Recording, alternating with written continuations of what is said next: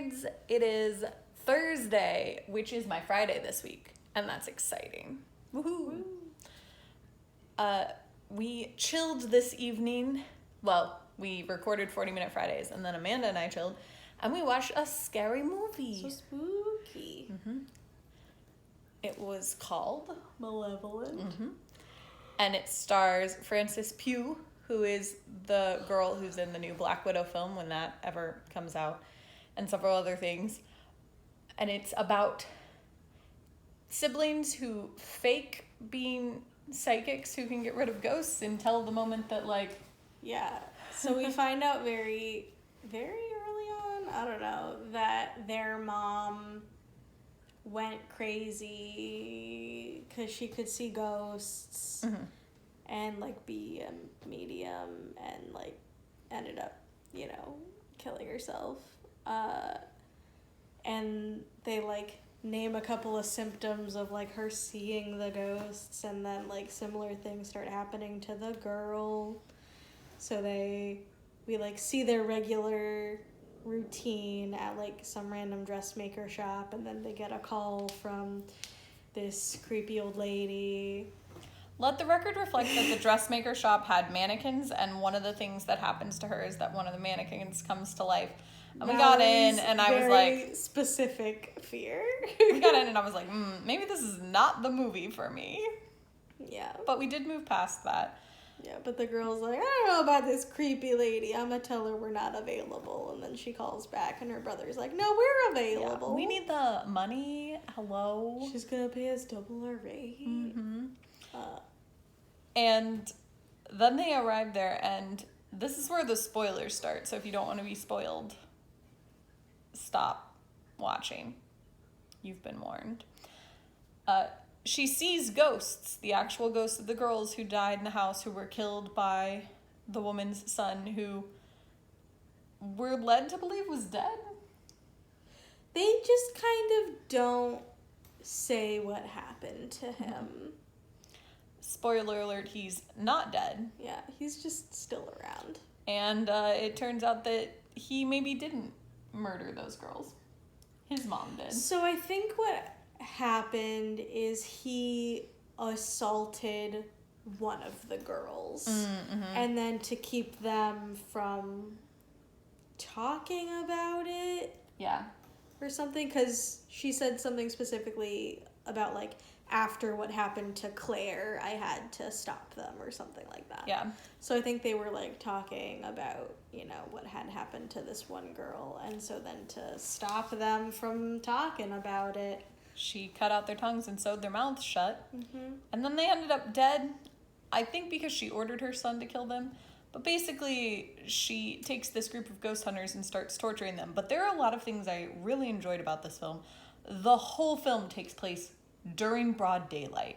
That's true. I mean, they're mostly in a house. They are in a house, but even when they're in the house, it's never, like, dark. Like, they don't play on that at all. That's true. It's always well lit.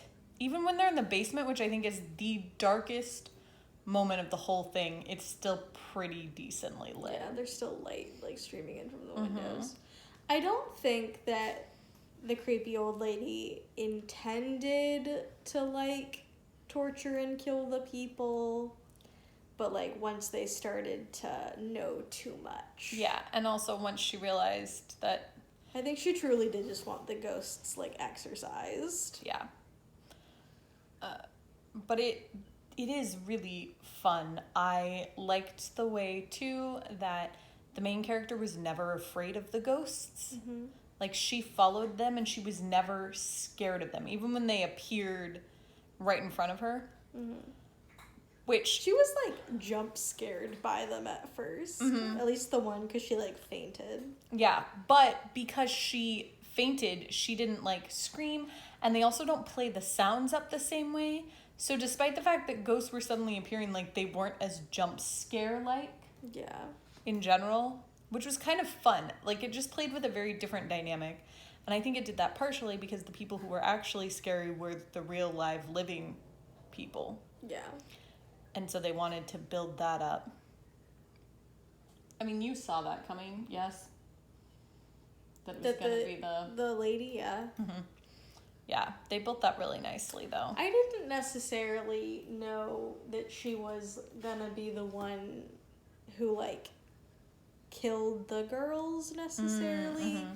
But, like, I definitely thought she, like, knew about it, was in on it. Me too. Like, as soon as she was like, my son was a sweet boy, it was the girls that, like, they deserved it. Yeah. Which happens, like, pretty early on. I was like, oh, so she, like, definitely is part of this. Yeah. But I thought it's a well-shot film. It was fun. Yeah. The storyline was interesting. We feel bad for Beth. Yeah. Beth really got the short end of the stick. She was, really like, the best character. Yeah. Unproblematic fave. Her biggest character flaw is that she was dating Angela's brother. Jackson, yeah. Yeah. But Elliot, the real MVP. Yeah, Elliot is the real MVP. And Ange is really cute. And it is interesting. And it ends in an interesting way, too. Like, it is definitely a thriller horror film, but I like the way that Ange is created in such a way that she's not scared of the supernatural stuff, which I think is kind of fun. That even though it bills itself and certainly lends itself when it starts as being like a creepy ghost story, Ange is never scared of the ghosts. Mm-hmm. Well, they're not, and like, they're not the bad to people. her. Yeah, which I think is kind of cool. Like, I think that's different. She's like, they're trying to show me something because they were. And then the very final shot of the film is her grandpa being like, I don't want to leave you alone. And you see, like, what is clearly a ghostly shadow. And she says, I'm not alone.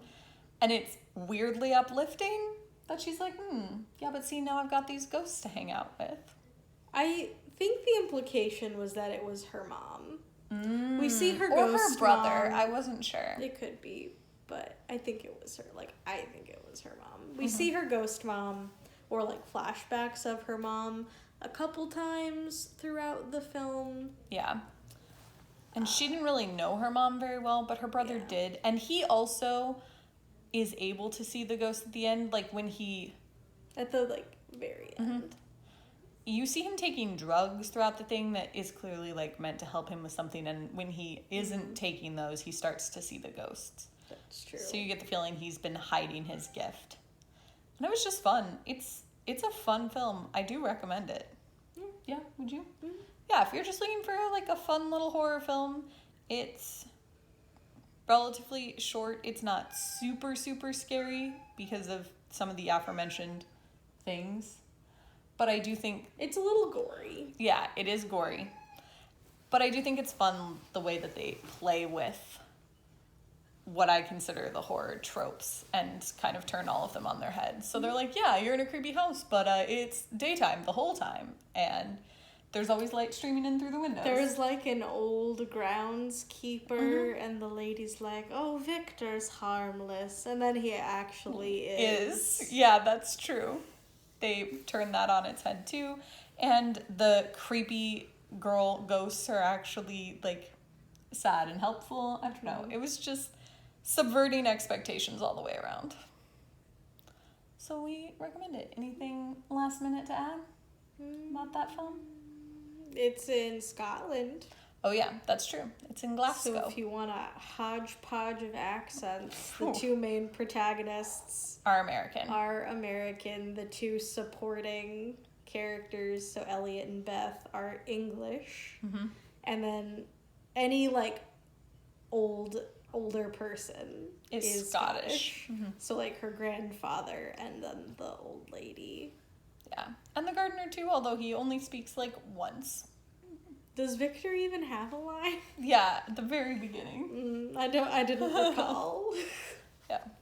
We forgot to mention one thing. So there's this song that they play periodically throughout it. So you know how in horror tropes they play, like, children's songs, but creepy. So there's this song. Some people say it's called like Beep Beep. Some people call it Little Nash Rambler. But it's basically this kid's song that starts out really slow and then gets faster with every verse until it's like super fast at the end. And obviously this is a great tool for like building suspense. But it was like kind of quiet in the background of one song, and I was like, or of one scene, and I was like, this sounds really familiar. And then it got to like the hook, I guess, if you could call it a hook.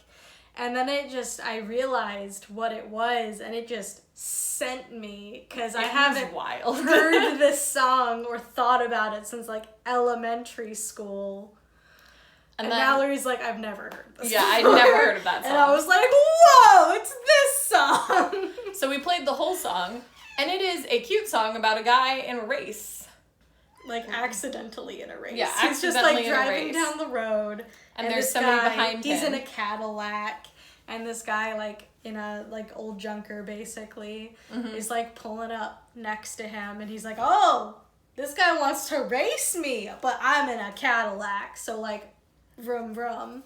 So he, like, drives faster, and then the guy in the Rambler also drives faster. And then that's why and they just, like, keep getting faster and faster and faster. And then the guy's like, well, I don't know how to get this out of second gear. Yeah. And so, like, he clearly, like, didn't mean to be racing. But I'd never heard that song. So then we listened to the whole thing, and I've got horror movie on the brain. So I'm like, what's going to happen at the end of... I'm really nervous about the end of this song. It's entirely a comedic song. But it builds in a scary way. But it's definitely... I heard it. We, like, talked about it in my elementary school music class as a way to, like, talk about tempo. Yeah. So, like, to me, I was like, wow, elementary school. And Valerie was like, horror! Yeah. It's a well-utilized song. Yes. Yet again, they didn't even bother to change a child song to being creepy. They literally just play that song in the movie, and it's creepy on its own. Yeah. I mean, there's, like, some reverb and... Yeah, some echo, but it's not it's slowed just the down. song. It's not a remix. It's just the song. Yep. All right. Once again, you know, Subverting Expectations, title of the video. So that's it. Check it out. It is on Netflix. And now I'm going to cut this apart and hope we're in frame. I'll see you tomorrow.